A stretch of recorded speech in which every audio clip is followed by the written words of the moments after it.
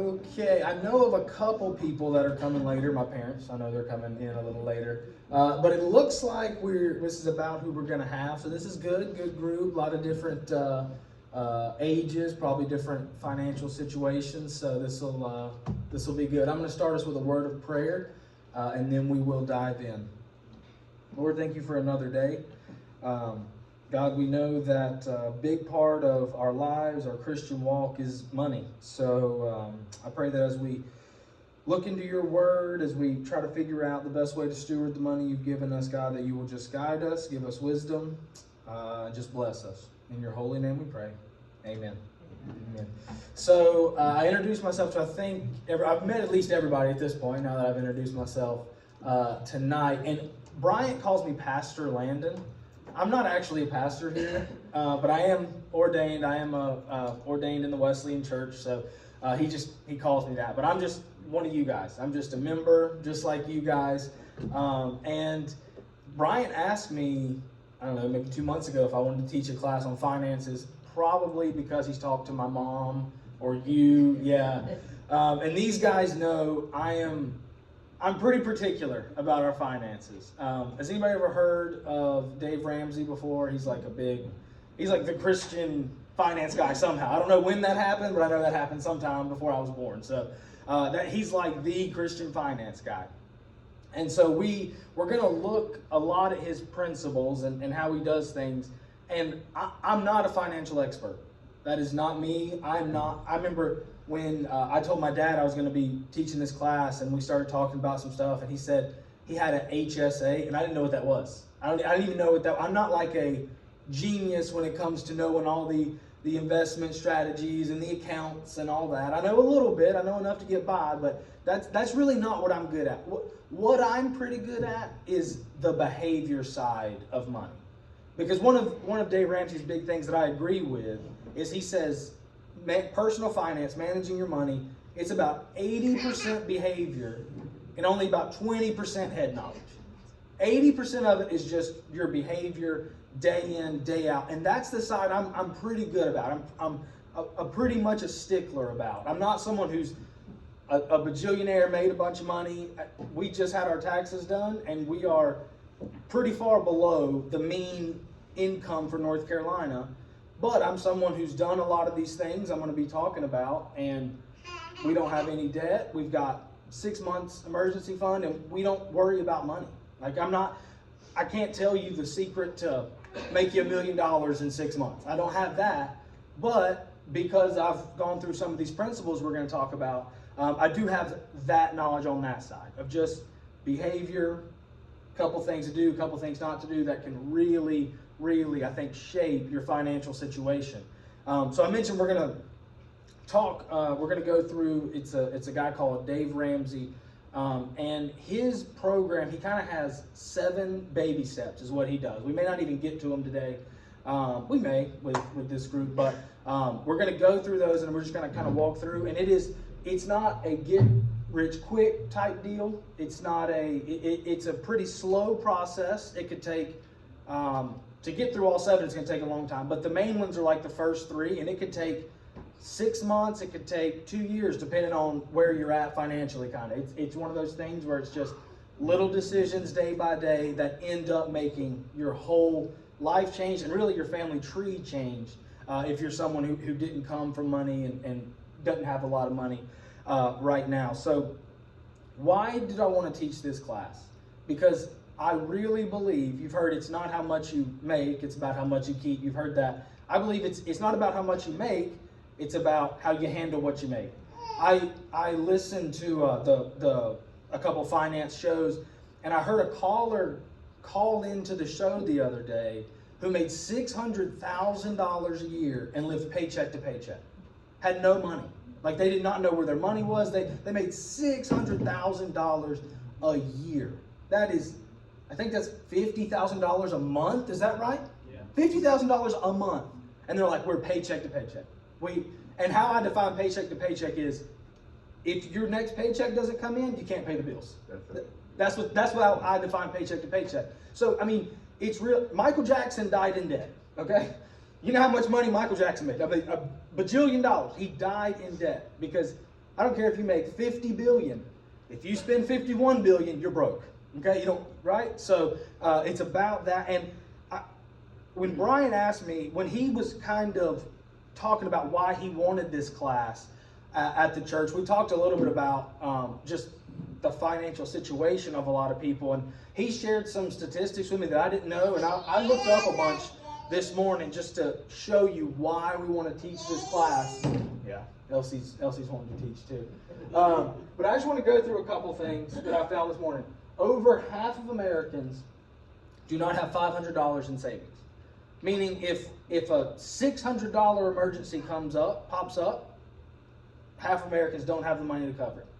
And we have a pretty diverse as far as age in this room. We got some young, we got some more experienced, we'll say, right? So we're coming all different backgrounds. We probably have a lot of different ways we carry.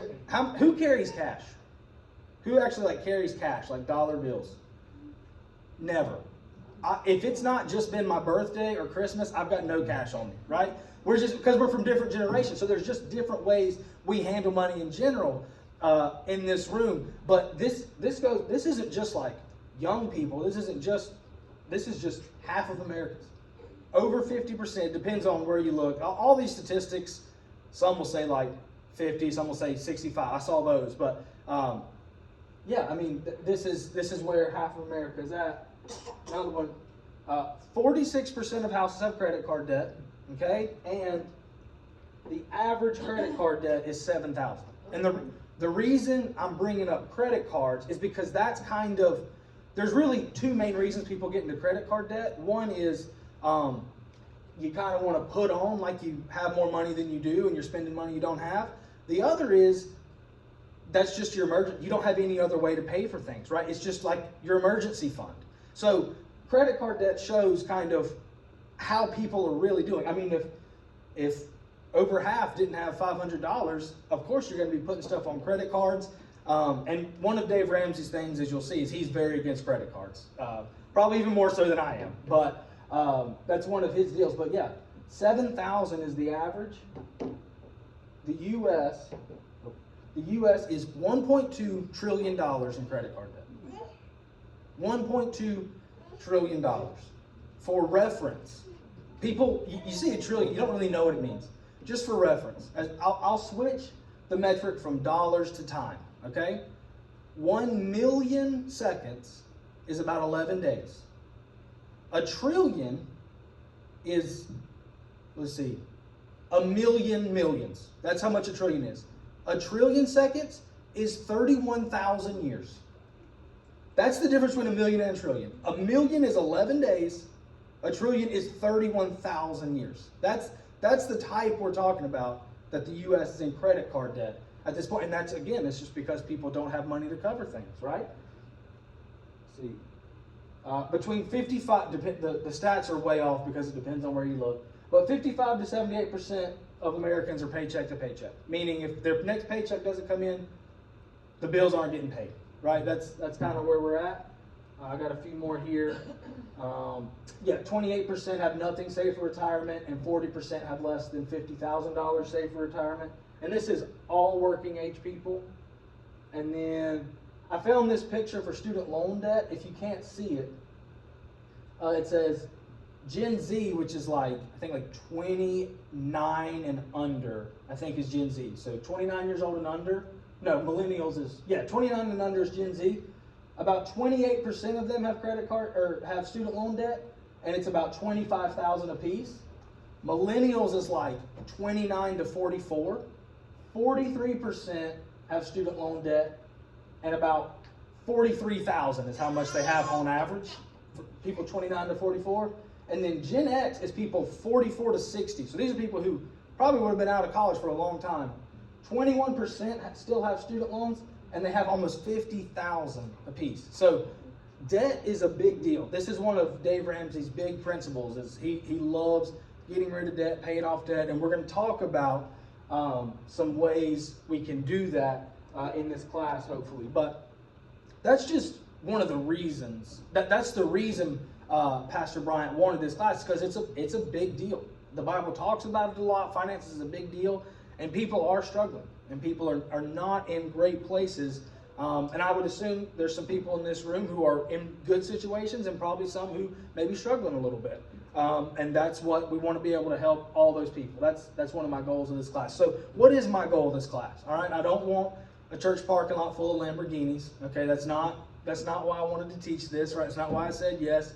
It's really not even to make us all rich. That's really not even why I wanted to teach this. I wanted to teach this because I want to be a church that is just faithful to God with our money. That's my heart. Money is a big deal in the Christian life, and I want to be a church that is faithful. If you come to the Christmas services when they're giving, what's it called, March to the Manger, this church gives crazy amounts of money, right? If you've seen some of the numbers we've given the last few years. I mean, was it over $100,000 last year? I mean, big money, right? I want to be more, right? I want to be more generous. I want to be even better than that. So I want to provide some ways to handle money so we can get to those places where we can be generous and we can honor God in that way. Money can be a great tool to build the kingdom of God. So that's one of the reasons I wanted to do this. So I just want to start. What we're going to do today is we're going to look at some biblical principles. That's where we're going to start. We're going to look at some biblical principles. I'm going to go through, and I think I have 7 things that I think the Bible really teaches about money. And this is going to help us lay the foundation for the rest of the class. 7 things, and you can, if you have something to take notes with, if you want to take notes on your phone, that's great. But the way we're going to do this class is Ramsey has a Financial Peace University. It's this seminar. It's like 13 sessions, and they're all over an hour, and a lot of them are like 2 hours. We're going to try to condense that a little bit, okay? 13 sessions, almost 2 hours apiece is a long time. It's a long time. So what we're going to do here is I've shortened it up, and I'm doing some of the teaching, and then we'll go over and we'll watch a video clip from these seminars.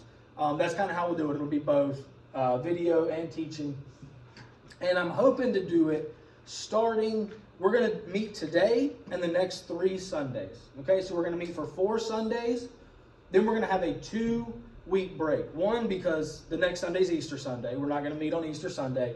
And the next week, I'll be in Chicago on vacation. So nobody here to teach the class that week. But we'll have a 2-week break. And then after that, we'll probably do 2 to 4 more sessions depending on where we're at. So we're looking at 6 to 8, possibly 9 sessions of this class. And we're going to try to keep it between 45 minutes and 1 hour and 15 each time. I think we should be able to shoot for that. We should be able to hit that. So I do want to say before we really get started,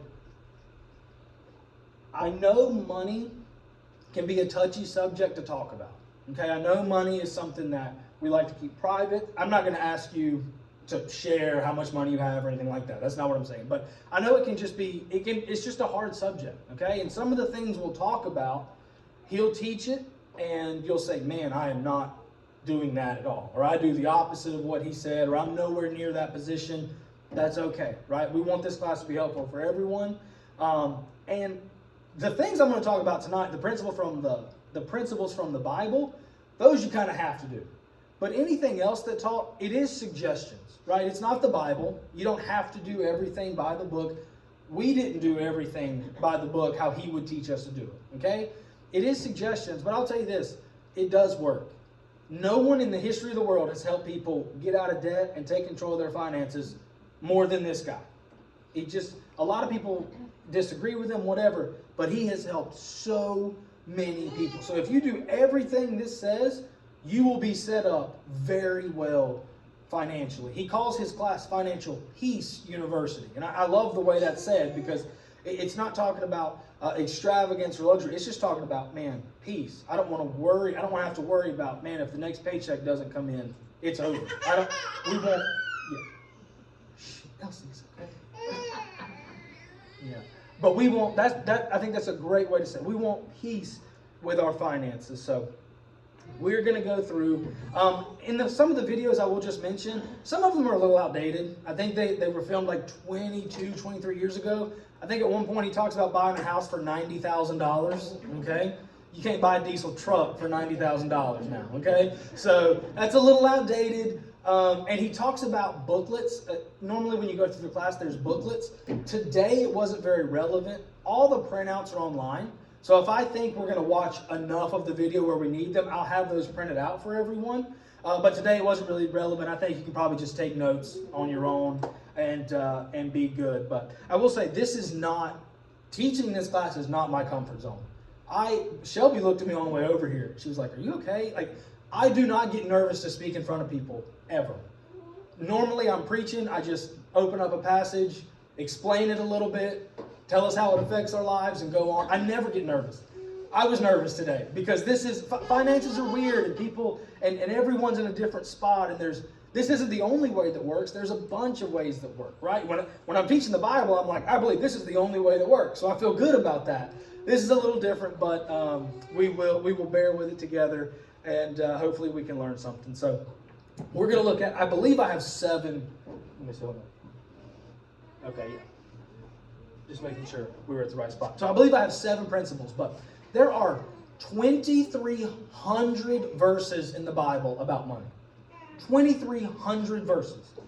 And Jesus talks about money more than he talks about heaven or hell or marriage or he talks about money basically more than anything else, maybe other than like sin and needing a savior. That's basically it. It's that and then money, because it's so important, and it causes stress in so many different ways in our lives, and we're going to get into that a little bit later. But here's the 7 principles that I think we can lay the foundation of so we can understand what money is and how we can best use it. So number 1 is God owns it all.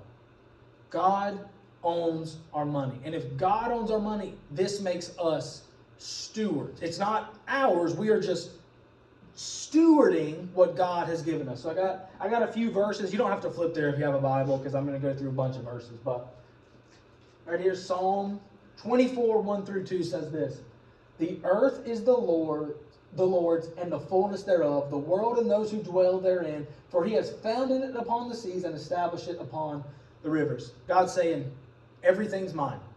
Everything is mine. Here's another one. Job 41:11. "Who has first given to me that I should repay?" And this is God speaking. "Whatever is under the whole heaven is mine."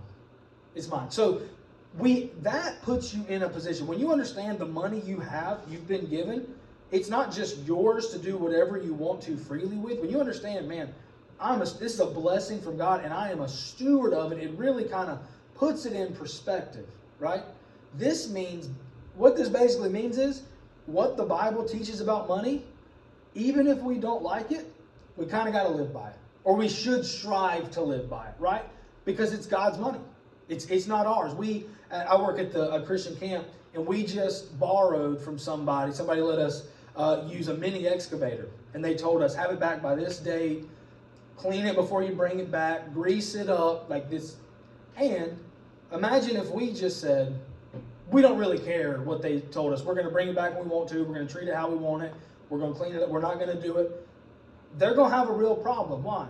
Because it's not ours. It's theirs. They're letting us use it, but it's actually theirs. Money is no different with us. Money is no different with us. We get to use it. We are the distributors and the stewards, but God owns it all. It is all God's money. Here's a big one. This is a big one. Money cannot be your master. When Jesus is talking about money, he's giving a warning to not let money be your master, to not let money dictate your whole life. I'm going to go through several verses here. Matthew 6:24 says this: this is Jesus speaking, "No one can serve 2 masters. For either he will hate the one and love the other, or he will be devoted to the one and despise the other. You cannot serve God and money."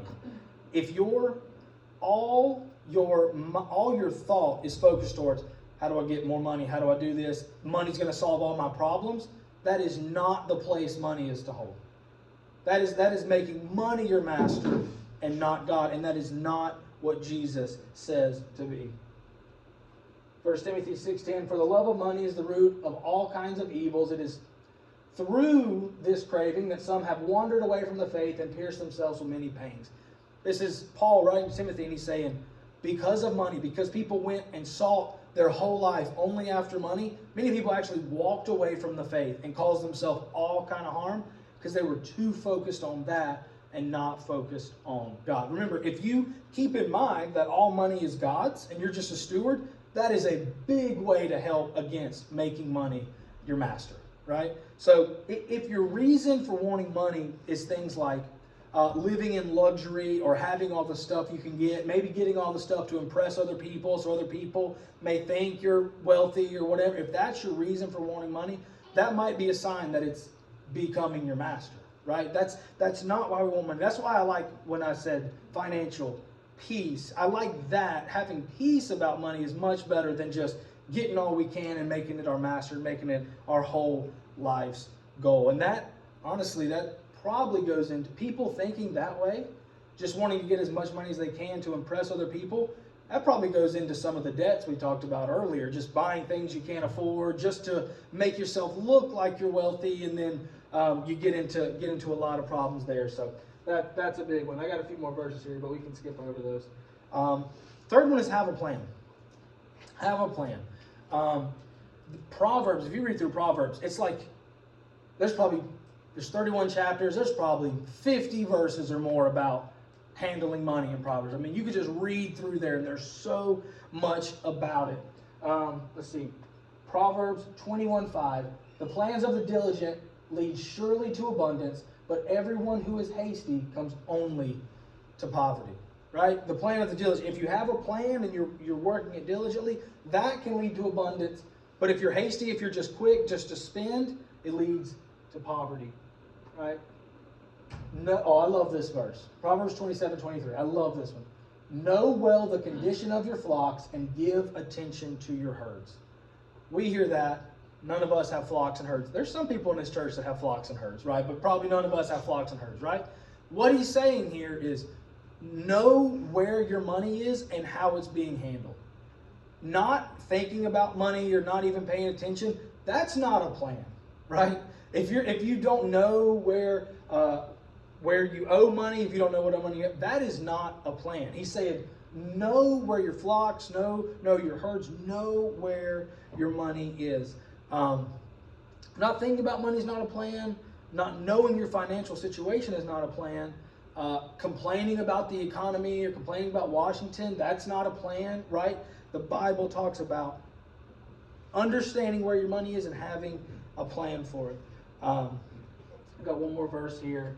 A good man leaves an inheritance to his children's children, but the sinner's wealth is laid up for the righteous. The Bible does talk about planning for the future a lot. It's not just about right now. Solomon says a good man is leaving an inheritance to his children, and not only them, his children's children, right? Have money there to give down to the next generation. The Bible actually says that is a good thing. It's not up to someone else or to the government or whatever to take care of our finances. It is up to us. It is up to us. What, did you hear that, Grandma? No, your parents can run Your ahead. parents can run. Okay, well, they needed to hear that one. You just missed. You came in at the right verse. A good man leaves an inheritance to his children's children. All right? You came in at the right verse. All right. So, the next one, I really believe that. Oh, this is not the next one. This is the one before I thought it was. Live on less than you make. Okay, this is all about contentment. I really believe the Bible teaches this. Proverbs 21:20 says this: wise people store up the best foods and olive oil, but foolish people eat up everything they have. Living on less than you make, if you can't do that, just the math says you can't save any money and you can't improve your financial situation, right? If you spend all you have, it's like I talked about earlier. If you make $50 billion and you spend $51 billion, you're broke. You got no money, right? Living on less than you make is all about contentment. And this also goes back to just wanting to impress people and buying things just to impress people, and how the Bible says that is a foolish thing. Let's see. And then number 5, I love this one. Providing for your family comes first. So I honestly believe, if reading through the Bible, if Jesus or any of the authors of the New Testament or anyone was here today, they would say this is more important. Pastor Bryant's not here, so I don't have to ask him to cover his ears. This is more important than giving money to the church. This is more important than tithing. This is priority number one. Make sure your family, that is spouse, that is kids, that is anyone who's depending on you, is taken care of. This is the first priority of where your money goes. 1 Timothy 5:8 says, "But if anyone does not provide for his relatives, and especially for the members of his household, he is denied the faith and is worse than an unbeliever." This is like grade A. You have to cover this. Those who are depending on you. And this means a couple things. So this means things like, obviously, shelter, food, clothes, transportation. That's like what we know. Like, we got to make sure our family has that, right? But I think it goes deeper than that. It's also thinking about the future with your children. Things like, if you have children, things like college, things that are coming down the pipe, things like weddings. Does the Bible say you have to pay for those things? No, right? The Bible does not say you have to pay for college, you have to pay for weddings, but it's really helpful. I mean, I just showed some of the stats about college debt and things like that. It's really helpful, and I think that's a part of making sure your family's taken care of. Another one that people don't think about is being able to retire is taking care of your family, especially if you have kids. Because if you get to be 70, 75 years old and you're out of money, guess who's taking care of you? Your kids. Your kids are the ones who are taking care of you. And so that is all a part of making sure your family's taken care of. I know it's a long ways down for some of us. Maybe it's not so far down for some of us. But those are things that need to be in our heads. I think all that goes into taking care of your family.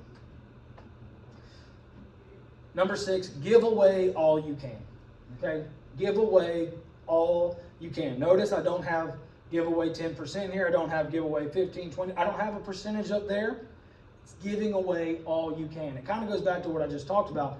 I really believe the Bible teaches that taking care of your family is even more important than giving. So if you're in a spot where it's really difficult to make ends meet, if you want to give 10%, great. I would not give more than that. And even if you can't make that happen, but you got to take care of your family, I would say maybe you don't even try to hit that goal just yet. I really believe that.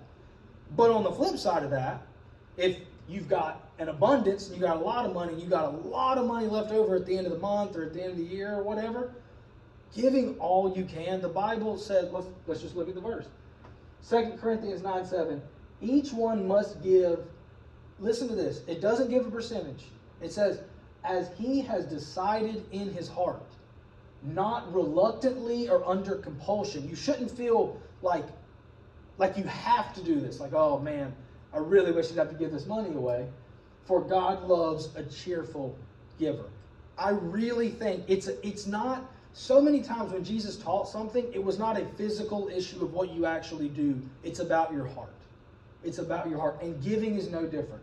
So if you have an abundance, Paul, if you read through like Philippians or the second half of this book, 2 Corinthians, Paul loves when people have money.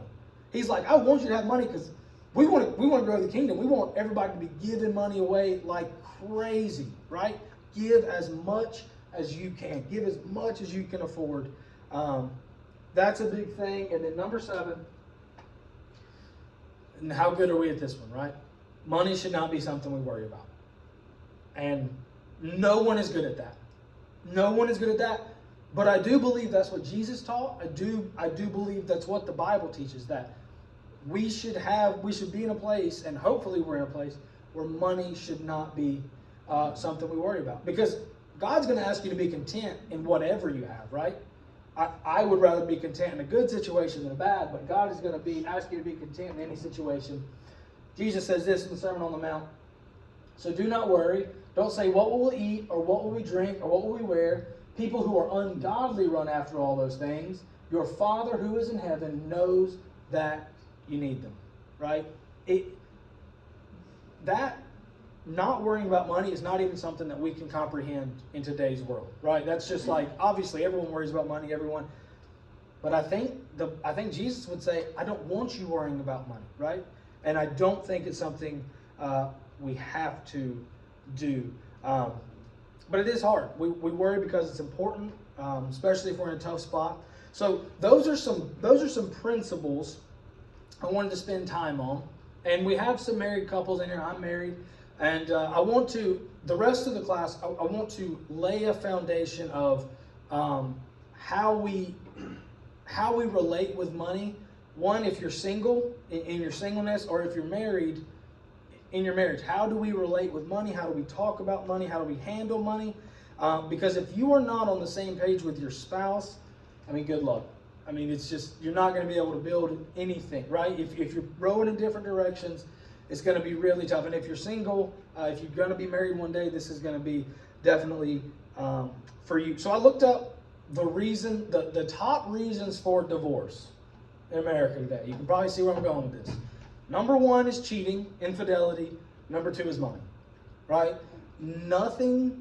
There's not a topic that is more difficult for some reason than money, right? It has been the cause of so many problems. And this is what the video we're going to watch today, this is what it's mostly on, okay? It's going to be about relating with money. It's going to be about handling money, talking about money with your spouse. But finances can put a strain on a relationship more than anything, right? And I told you I don't, everything that Dave Ramsey's going to teach, I'm going to teach it how I think he would, and I'm going to tell you in some of the places where I disagree or maybe give a different opinion. But there's about 4 things I'm really going to push you hard to do. Okay, there's about 4 things that I'm going to fight for and really urge you to do.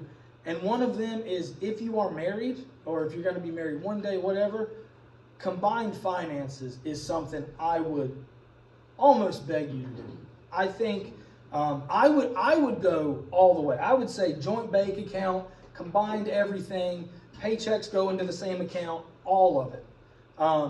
Does the Bible say that directly? I actually think maybe when it says the two shall become one flesh, but I don't really have a verse for that, for combining. But I know it can be complicated with different accounts at times and different tax things because of money. I know it can be weird about combining bank accounts, but at minimum, the decisions have to be made combined. The decisions can't be, I'm making my decisions with my money and Shelby's making other decisions. At minimum, it's got to be, we come together and we are doing this together. Like I said, I would advise all the way, right? But at minimum, you got to be on the same page. I hear it a lot. I hear a couple say a lot, like, I do this with my money and he does this with his money. I cover these bills. Maybe I buy groceries, he pays the light bill. And I just do not think that is the foundation to successful finances. I don't think the Bible would say to do that, and I don't think that's the good foundation. If we went down the road to UNC Chapel Hill and we went to one of the dorms or one of the apartments, I guarantee you the people that live in a dorm have that same situation, right? I'll buy this, you buy that. That's what roommates do, right? I don't think it's what spouses should do, right? We want to be combined. We want to be on the same page, rowing in the same direction. So I can't remember all that's in the video we're going to watch today, but I remember reading about this in the book he wrote. I read his book, and he talks about why are finances so hard? Like, why is it so hard to talk about sometimes? Why is it, especially maybe if you're going through a tough situation? And I think there's 2 main reasons. I think he's going to cover it a little bit. I think there's 2 main reasons finances are so tough on couples. One is typically, it may not be this way in your situation, but typically men and women view money differently. Okay, they just do. Maybe it's different in your situation, but lots of times men see money as results for something they accomplished, right? They see it as a result and as a pride of, like, I've done this thing, I've got this money, now my family's taken care of. It's like a point of pride almost. It's like, think about society of hunter-gatherers. Like, the men go out, and if they actually kill something and the tribe gets to eat that night, that's like it's a pride. We did it, we accomplished it, and we did what we were supposed to do. Women, lots of times, view money as security. it's safety. I'm taken care of, the family's taken care of, the kids are taken care of. That's what money's about. Like if we go back to that hunter-gatherer situation, when a man kills it, he's happy because he accomplished the task. When a woman sees the food come in, she's thinking, the family gets to eat. We're safe another night, we're good. And I think a lot of times that's how people view money. Maybe it's the opposite in your marriage, I don't know. But I think a lot of times, and so when that plays out, when things are not going well, men see that as, I'm not enough. I'm not doing enough. I'm not good enough. My family's struggling and it's my fault. And it starts to be pity that way. And women see it as fear. I'm scared. I'm scared for the family. Men think it's just start blaming themselves, it's all my fault, and women are in fear. I think he is going to talk about that some. So that's one reason. And so when those two butt heads, that could be a dangerous combination, fear and insecurity. And another thing is money. I feel like oftentimes it's not actually about money. Money symbolizes what we value, right? Jesus says, where your treasure is, there your heart shall be. What he's saying is, look at where you spend your money, that's where your heart is. If one spouse is really wanting to get a new car and one's really wanting to save for a rainy day, what you're really saying there, the argument's not about money. The argument is about you value this car more than you value our security, right? So money just symbolizes what we value. And so when people want to do different things with it, it's like, man, our values aren't adding up here. Something is not adding up. Something has got to change, because what we value in our core, what we want in our core, my spouse doesn't want that. My spouse doesn't care about that, right? So I think those are two of the big reasons, and I think he's going to cover a good bit of that, but he's going to teach about this a little bit, about relating with money and what that looks like. And I'm going to take some notes, and the problem is I know when I'm supposed to pause it, but this DVD player doesn't have a time on it, so I'm going to have to try to figure out when I'm supposed to pause it. But I'm going to switch this over.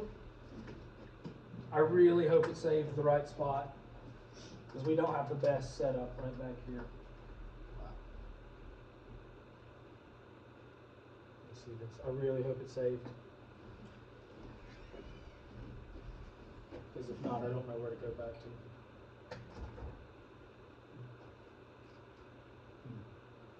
Oh, the whole thing turned off.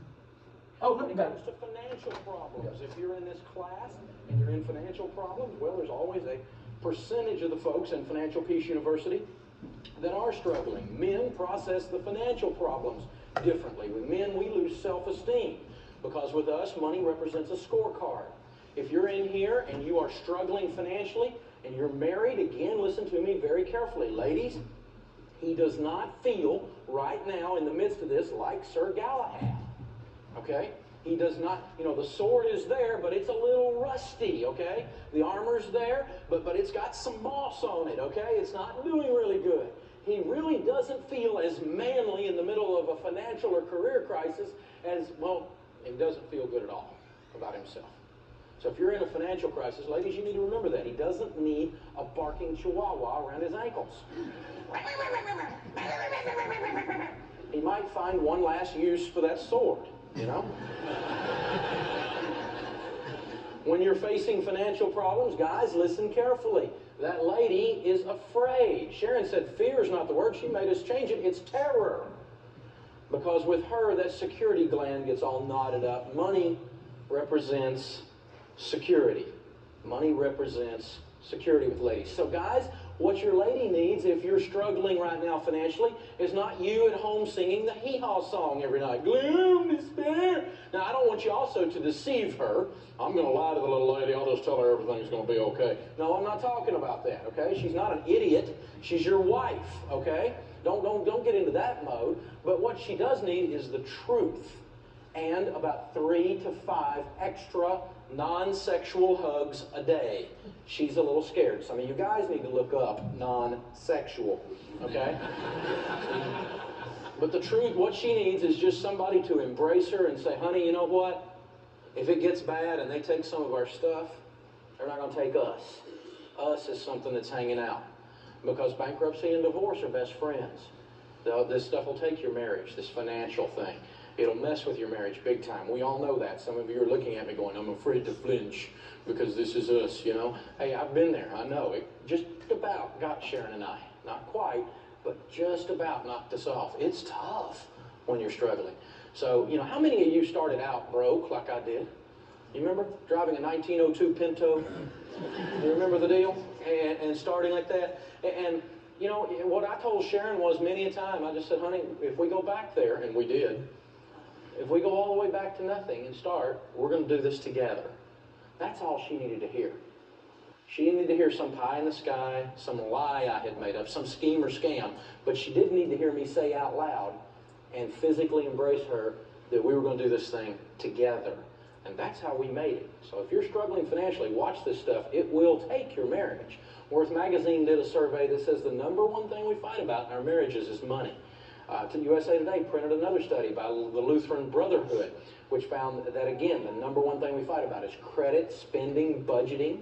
Citibank, believe it or not, did a study that found that 57% of the divorces they studied were caused by money problems and money fights. Another study was done by Scripps Howard News Service that said as many as 70% of the divorces in North America are caused by money fights. Without a doubt, the number one thing we file divorce over in North America is money fights.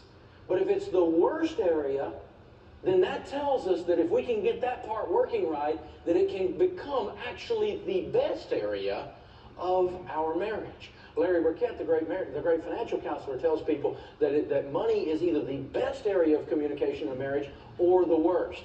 But boy, it can really cause some things going on because it's got to do with power, it's got to do with priorities, it's got to do with our dreams, it's got to do with our passions. It all shows up in how we handle money. So sometimes when we're fighting about money, what we're really fighting is about other stuff that we want the money to flow towards. As a matter of fact, most of the time that's the deal. So the cool thing is when you can come into agreement, as you learn to discuss and agree on major purchases, as you come into agreement and learn to discuss and agree on your budget, what you're doing is you're agreeing on your value system. And as you agree on your value system, you're going to see a huge change in your relationships. Because you get married, you're not one. You remember the drill? You come down the aisle, dun, dun, dun, dun, dun, dun, dun, dun, and then the preacher lies. He says, and now you are one. You remember that first year? Those good fights that first year. Yeah, your mama's ugly too. You remember those good ones, you know? And you find out that Dennis Rainey says you come to the marriage with one of you with a set of floor plans for a ranch and another one with a set of floor plans for a tri-level. If you don't sit down and figure this thing out, you build a pretzel, right? And if that's not bad enough, if men and women being different isn't bad enough, on top of that, opposites attract, don't they? Man, I tell you what, one of you is late for everything. Well, he said to be in there by a certain time, and I want to be there and get a good seat. And you got up at 6 a.m., you know? And you're on time for everything. Well, that's me. I'm a nerd. I am on time. I have to be on time. Sharon will be late for her funeral. I mean, the woman, we lose our religion with our 3 kids getting ready for church, you know? I told her the other day, I said, by the time we get there, Jesus is going to be gone, you know? I mean, it's unbelievable. It just drives me bananas, you know? And some friends of ours, Steve and Annie Chapman, he's got a great sense of humor. He does ministry to the family. Steve said this thing one night, and she used it on me once when the kids were little. She said, this Sunday, why don't we trade places? You get the kids ready, and I'll go out in the driveway and honk the horn. But, you know, one of you's late for everything, the other one's on time. One of you's in here burning up, and the other one's freezing to death. Y'all ever have those thermostat wars at the house? Rip the little plastic knob off like it had something to do with it, you know? I threatened to get one of those plastic covers, you know, with a lock on it. Leave the thing alone. The concept is it will adjust itself, you know? Moving it around. Oh, man, we've had the, you know, one of you is burning up, the other one's freezing. The opposites attract, don't they? One of you is a spender, the other one is a saver. And you need each other, don't you? I mean, you spenders, you need a saver in your life. Otherwise, you're going to retire on the dog food budget, right? You spenders, or you savers, you need a spender in your life. So you have a life. Okay? Opposites attract. And you need each other. Larry Burkett that says if two people just alike get married, one of you's unnecessary. And so just go into it knowing this. Men and women are different, and opposites attract. So it's not going to be easy. I don't know what it's for exactly. It could have been easy. God could have just made it easy, but he didn't. He's messing with us somehow. I think he's laughing. But the truth is, if you can work on this money thing, what you do is you bring these opposite tendencies, the male-female, and you bring your other opposite tendencies, spender, saver, and some of these other things together. And as you agree on your spending, what you're really doing is you're agreeing on your priorities. You're agreeing on your fears. You're agreeing on your passions. You're agreeing on your goals. When you agree on all of those things, you reach a level of unity in your marriage that you will get no other way. You can't get unity as good as this by doing it any other way. The truth is, it works kind of like this. If you go down to the church house, right, and you're going to get married, what do they say? The preacher says, and now we're going to tie the knot, right? You know the drill. Problem is, what we're saying here is, in that knot gets this thing called money. And as that money gets in there, then we get something to fight about. And we get in that opposites attract, men and women differences. And you go, I want to save it. I want to do this with it. I want to save for the kids' college. No, baby, I want a bass boat, you know. Right? And you're going back and forth, and you're fighting. The cool thing is, you can have the bass boat and the kids' college fund. The way we're going to teach you to do that as we go along is with this thing called a budget. And the neat thing is, when you put a budget on this money situation, what happens is it takes all the knots out of your, and you have oneness.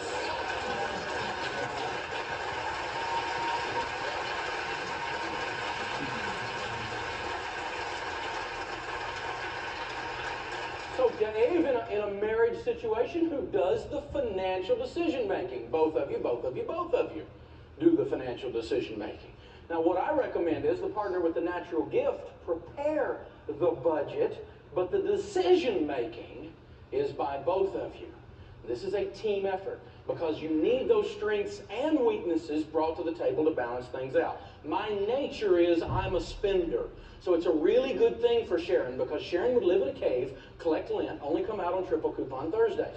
She is a natural tightwad. That's not a thing I make fun of. As a wife, that's a really blessing kind of a thing to have. Some of you guys wish you had a wife like that, right? But some of you ladies don't want a husband that likes to spend. But that also means we get to go to some really nice places, and I'm a big gift giver because that comes with spending too. So the princess gets some stuff out of the deal. So it's all right, right? So you got to work through this thing, and then you get that unity together. But you make your decisions together.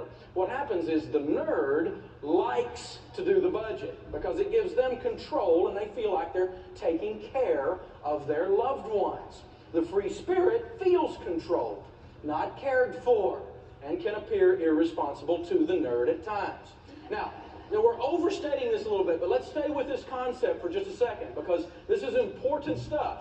What happens is the nerd is usually the more organized person. Their underwear drawer is folded. They like doing the bills. They enjoy seeing that checkbook balance to the penny. Oh, yeah.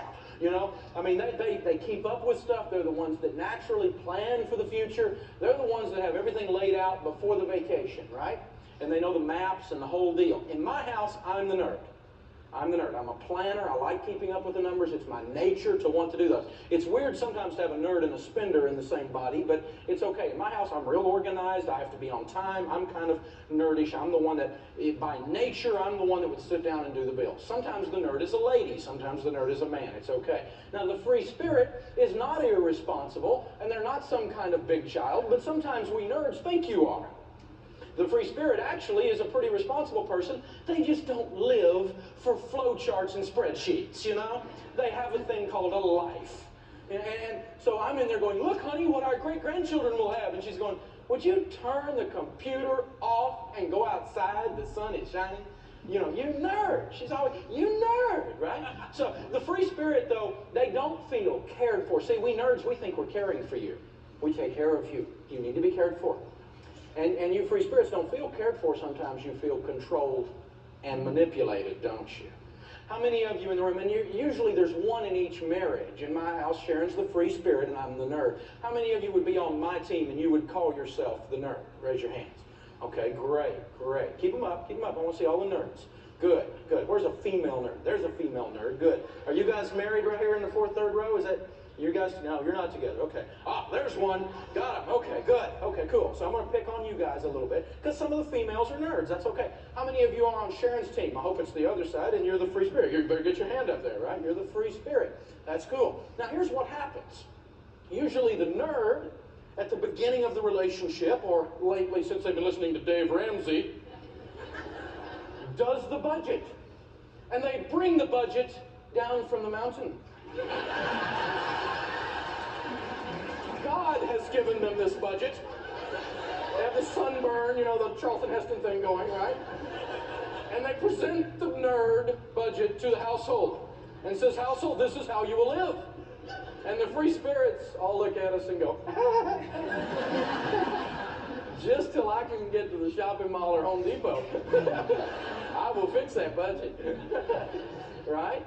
Now I want to change this process a little bit because you're going to have to learn to do a budget. We're going to talk about that in another session. But I want to teach you how to do a budget where you can do it with your relationship and make this free spirit nerd thing work. What I want to do is design a thing we call the budget committee meeting. Now, the budget committee meeting works like this. How many of you are nerds? Again, raise your hand. Let me see your hand. Okay, nerds. Now, here's the deal. I want you to prepare the budget, the first draft. That's a scary thing for nerds when I said draft, wasn't it? And I want you to bring the budget to the budget committee meeting. Now, I don't want you free spirits to do it. You're not any good at it anyway. You don't really like doing it. And we're not going to try to make you into budgeteers, okay? That's not our plan. But we do have some rules for the budget committee meeting then. Let's cover the nerd rules first. Rule number 1 for nerds at the budget committee meeting. Raise your hand again, nerds.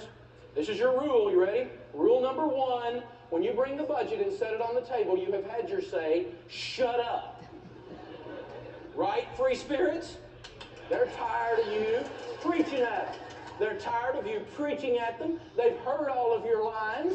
They're sick of hearing Dave said. They don't want to hear anything else they've done wrong. Shut up and let them look at it. Second rule for nerds. Again, nerds, raise your hand. Second rule for the budget committee meeting, nerds. This is a meeting. It is not a weekend summit. Nerds, understand this. With free spirits, you have a 17-minute window. Anything over, say, is this real life or what?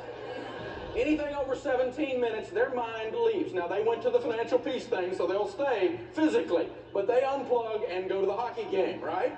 Their mind goes to something else. Something else is up. They are not into doing this stuff hour upon hour upon hour. They do not get inherent joy out of this process. You have 17 minutes. Now, that's it, nerds. That's the drill, okay? Now, free spirits, raise your hand. You have some rules for the budget committee meeting.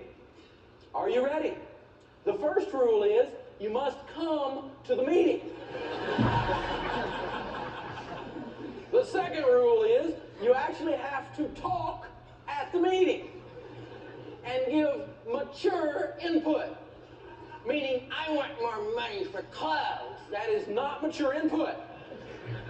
If you want more money for clothes, that's great. The clothing budget might be too low. Some of these nerds, they crunch everything down. I mean, 32 cents a week might be a little low, you know? Right? So you might be. But if you're going to raise the clothing category, you've got to lower another category so the budget still balances. So the nerd has the right to look at you and go, yes, darling, if we raise that category, though, where would you suggest we take it out of? Now, nerds, that's your last rule, by the way. Last rule for nerds, you have to let them mess with your budget. Scares them to death, right? Freaks the nerd out. But if you let them mess with it, then when it's done, it becomes our plan, and we get this unity, this oneness that we were talking about. Okay, free spirits, raise your hand. One last rule, free spirits. Here's your last rule. You ready? There's a phrase at the budget committee meeting that you could never again say.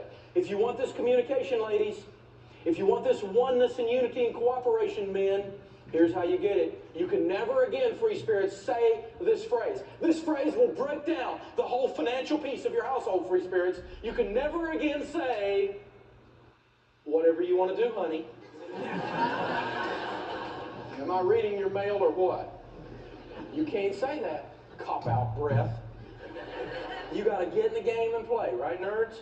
At least if we're going to give up our control and our power, you got to at least come to the table and act like an adult and play. That's all we ask. And then we've got two adults working together. Children do what feels good. Adults devise a plan and follow it. And see, the big benefit is this kind of a thing. For instance, those of you that are in military, you may get like temporary duty, TDY. I mean, where they just ship you out somewhere. Your spouse is left sitting there holding the bag, right? And clueless and lost. And you're in another country, and your spouse is left holding the thing. You've got to be able to do this. 75% of you ladies will outlive your husbands. You've got to be ready to handle this money. You've got to know what's going on with it and how it's being handled. This thing of being a caretaker or the caretaking thing, that's what you do with children. Working together, free spirits and nerds, working together, spenders and savers, and coming into a oneness. I'm not trying to make you spenders into savers. Not necessarily. I think you'll come along as you just mature. I'm not trying to make you savers into spenders, but I think you'll loosen up and do some more spending when you see that your goals are being accomplished. See, what will happen is you will meet in the middle and you'll find this oneness in your marriage. It'll absolutely work. When it comes to singles, time poverty and fatigue can lead to poor money management. Beware as a single. We'll talk about singles here in just a second. We only got about 5 minutes left in that video. But so he talks a lot about budgeting there. And we're going to talk about budgeting next week. Next week's when we actually are going to start getting into tips and how to actually handle the money. I wanted to go through this just to get a foundation, again, because we got several married couples in here. Again, singles we'll watch a little bit farther for you. But it is about values. I mean, it really is about rowing in the same direction. A lot of money fights I've found, even with Shelby, I would say, they just stop. You just stop talking because you don't want to do it anymore. It really is about coming together and saying, man, we want to build something together. I don't want to have what I'm building and what you're building. We want to build something together. And that is, if you can get there, then we can get to where we can actually start making some progress in whatever situation you're in. Whether it's a good situation right now to make it great or a bad situation to make it good, once you get to that part, that's when we can do that. One thing I do want to mention, you know what, let's watch the singles portion and then I'll mention that. About 5 more minutes. Of impulse spending, which can be brought on by stress, or the pity party, I call it, the I owe it to myself syndrome. Single people can get into this thing, especially the single parent. 52% of the single moms live below the poverty level. The single mom in our culture struggles. She has a hard time. The single dad struggles. He has a hard time financially because they have to do everything all by themselves. They have to do the ball team, the Cub Scouts. They have to get the tires changed. They have to get the oil changed. They got to do the dry cleaning, and they got to tutor at night, and they got to work an extra job just to try to keep the food on the table. It's tough. It is tough. And those of you that are single parents, man, I tell you what, you got a tough road, and we're on your team. We want to help you. But I can tell you this, going into pity party mode doesn't help you. Now, I'm going to get hard on you a little bit here. I mean, I know one lady that was coming through Financial Peace University. We were talking to her one night, and she had sat down. She'd done her whole budget. Everything was under control on a Thursday night. Friday morning, Friday is finally here. Just a chance maybe for a little bit of rest. We're struggling. Things are tough. I don't know how we're going to make it, but Friday's finally here. On the way to work in a thunderstorm, she blows a tire. Side of the interstate, these days, people can't stop and help you because about half the people you stop and help are crazies, right? You don't know what's going on. Some people, nobody stops to help her. Splash, splash, splash. She changes the tire finally. Gets to work on the little tire. Drops the kids off late to daycare. Comes into work late and wet. Boss says, she has to work late to make up for that time because she can't lose this job. It's a big deal. And of course, if you work late and you pick up your kids late from daycare, they charge you $42 a second for coming in late, don't they? You know the drill? And I guess they get tired of people being late all the time. I understand the daycare side, but I also understand the single mom side. And so she comes in, finally gets the kids out. It has been the week from bleepity bleep, right? And she is driving along, and the kids are going, McDonald's, McDonald's. And she said, Dave, I got to tell you the truth. I knew there was no money in our checking account. I had just mailed it all out. I had done the budget. Everything was gone. But she said, I didn't have anything left. I didn't have any emotional or physical energy to go home and open a can. So I went through the Anytime teller, hit $20 fast cash, pulled $20 out that wasn't there, and bought Happy Meals. Bounced 5 checks. Happy Meals cost her $157 when all the charges cleared. Now this is a lady that has a take-home pay of $967 a month. You don't deserve that kind of a break today. See, when you get in a tight like that and everything's piling in on you, what you've got to do, and I know it's hard, I understand, I've been there, I know how it feels to be broke and scared. I know that feeling. But what you've got to do is you've got to turn around and look at those kids and go, shut up, peanut butter breath, we are going home. You know, we're going to spread something on us, a sandwich, something's going to, you know, and we're going to go another day. But you don't deserve to keep yourself in poverty with impulsive decisions brought on by this time stress and by life just overwhelming you. Now, sometimes singles aren't single parents. They're just young single people or older single people, and they can be just impulsive as all get out. Now, married people can be impulsive, but we always know we got to go home. Single people don't have to go home. I mean, there ain't nobody waiting on them going, where you been?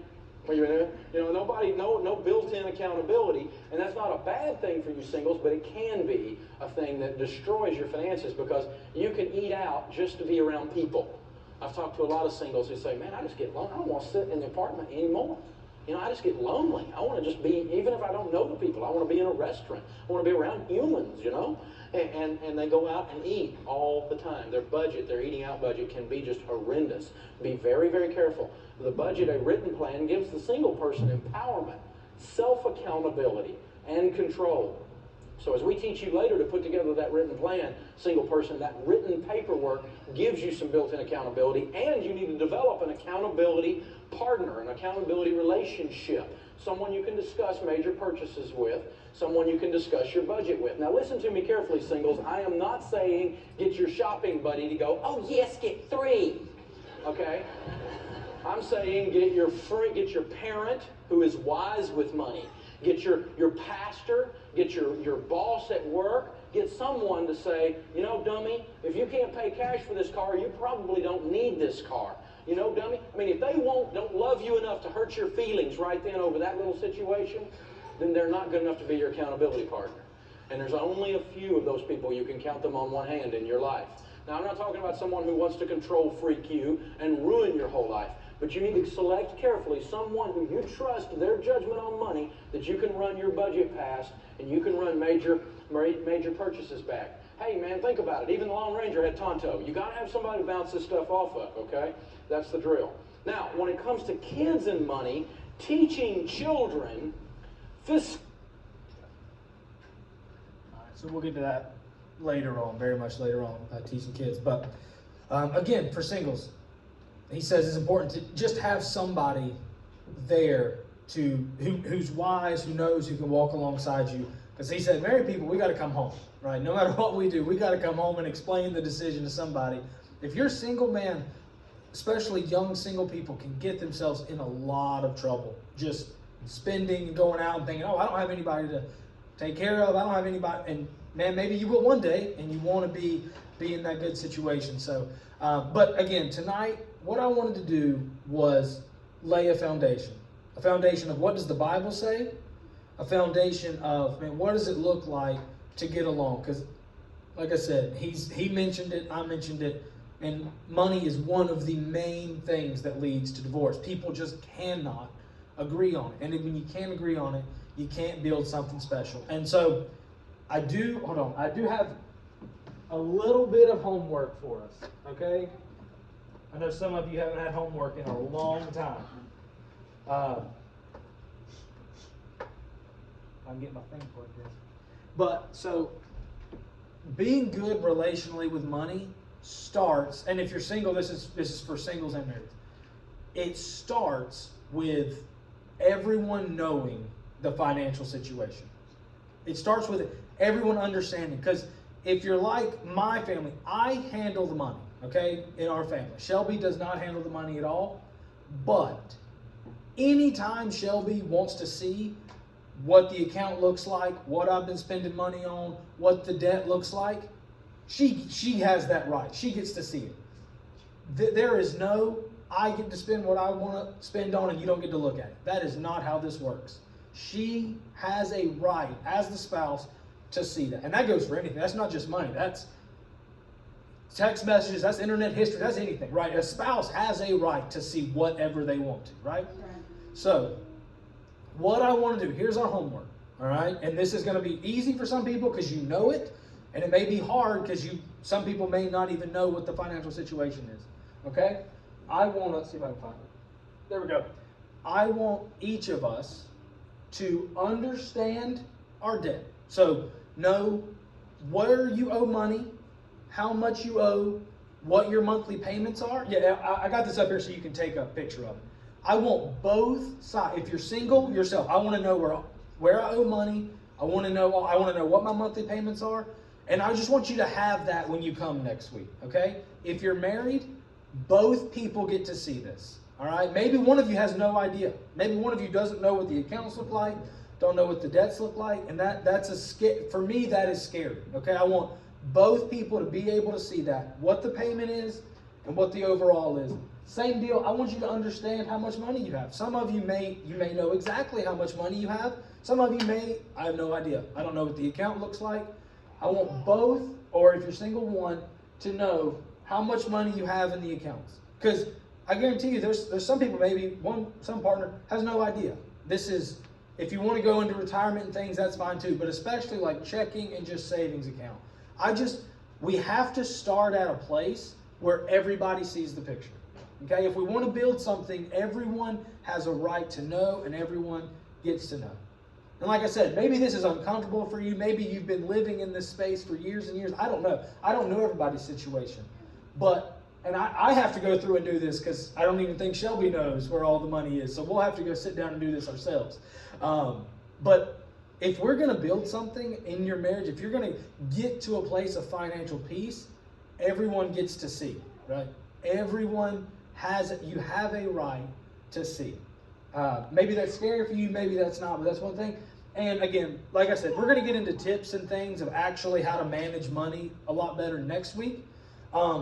If you are somebody who is old school and whatever you do it on paper, you don't use computers, you don't use phones, don't worry about this bottom one. We'll talk about that later.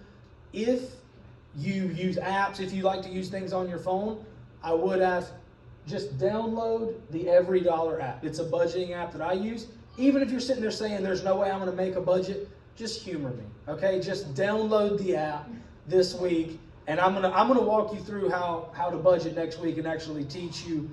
Because back then they did, at this time, I think Bryant said y'all did the envelope system one time. Maybe you've done that before. That's how it was done back then. Again, that was 22 years ago. Now they have apps, and if you want to do envelope system, we'll talk about that next week. I'll walk you through that. But if you want to use an app, this is what it looks like. It's that app right there.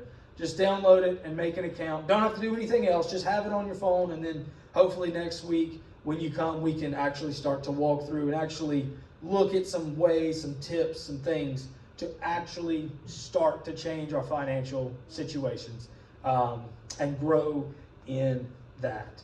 It is 7:15, so we're not going to go any farther tonight. We are going to be done for the night. Next week, I'm going to start out. We're going to outline this plan, the 7 baby steps. I'll walk you through what they are, and then we're going to spend the rest of next week and the next 2 weeks on how to start the baby steps, how to get. And like I said, I'll tell you where we didn't do them. We didn't do them exactly the way he says to do them, and I'll tell you where those spots are. Man, if you do them, it's going to work. It's just going to work. It's not the easiest thing, but it will work. So hopefully we can all grow into that next week. So I'm going to close us in prayer. Take a picture. Take a picture of this. And again, even if you're like, I'm not going to budget, just humor me. Just download the app and we'll see next week. Because I believe if you budget, it'll be like you got a pay raise. If you've never done it before, you will feel like you got a pay raise if you budget. So I will close this in prayer. Lord, thank you for another day. Thank you for the blessing it is, even though it is a burden to steward money, to use money. God, we thank you for your goodness. I pray that as we continue in this class that we will learn how to better handle finances and how to eventually be able to honor you with all our hearts and with all our money and with all our bank accounts, God. In your holy name we pray. Amen. All right. Thank you, guys. You can take a picture of this. I'm going to leave it up if you want to.